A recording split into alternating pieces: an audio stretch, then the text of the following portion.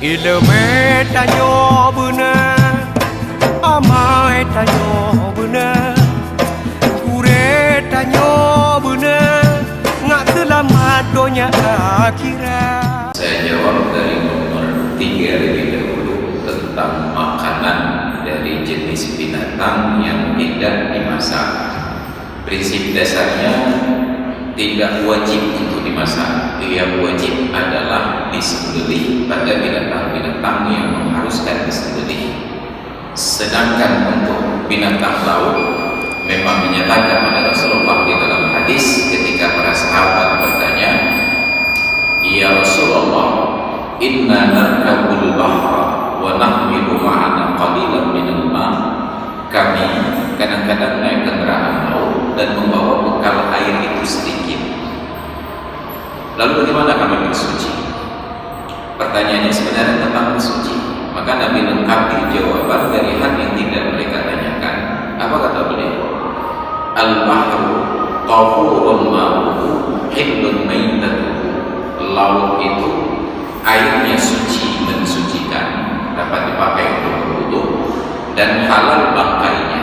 Maka untuk jenis binatang-binatang yang halal bangkainya seperti belalang, seperti ikan, tidak perlu disembelih.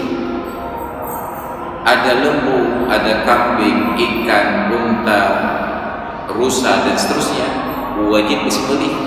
Nah, setelah disembelih, pertanyaannya, apakah untuk mengkonsumsi binatang itu disyaratkan harus dimasak dulu atau boleh dalam keadaan mentah? Tidak ada persyaratan memasak. Itu kembali kepada selera. Boleh dikonsumsi dalam keadaan mentah dan boleh dalam keadaan masak sesuai dengan selera. Bukankah kita dulunya udang sabu itu dimakan mentah-mentah, nggak dimasak, hanya dijemur saja? Bukankah ikan kayu itu diproses begitu saja dan kita makan?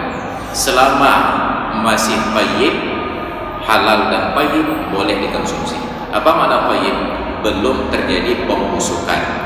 Karena bila sudah terjadi pembusukan, itu sudah mendatangkan mudarat pada seluruh tubuh, karena ada bakteri-bakteri yang tidak sesuai dengan tubuh manusia. Jadi ketika hadir ke restoran-restoran asing, Korea dan Jepang, pastikan dulu bahwa binatang yang disajikan, daging yang disajikan dari jenis yang halal. Tentang tata cara penyajian mentah, setengah matang dan lain sebagainya, tidak ada persoalan, itu kembali kepada selera. Ilmu tanyo benar, amai tanyo benar, kure tanyo benar, ngak selamat dunia akhirat.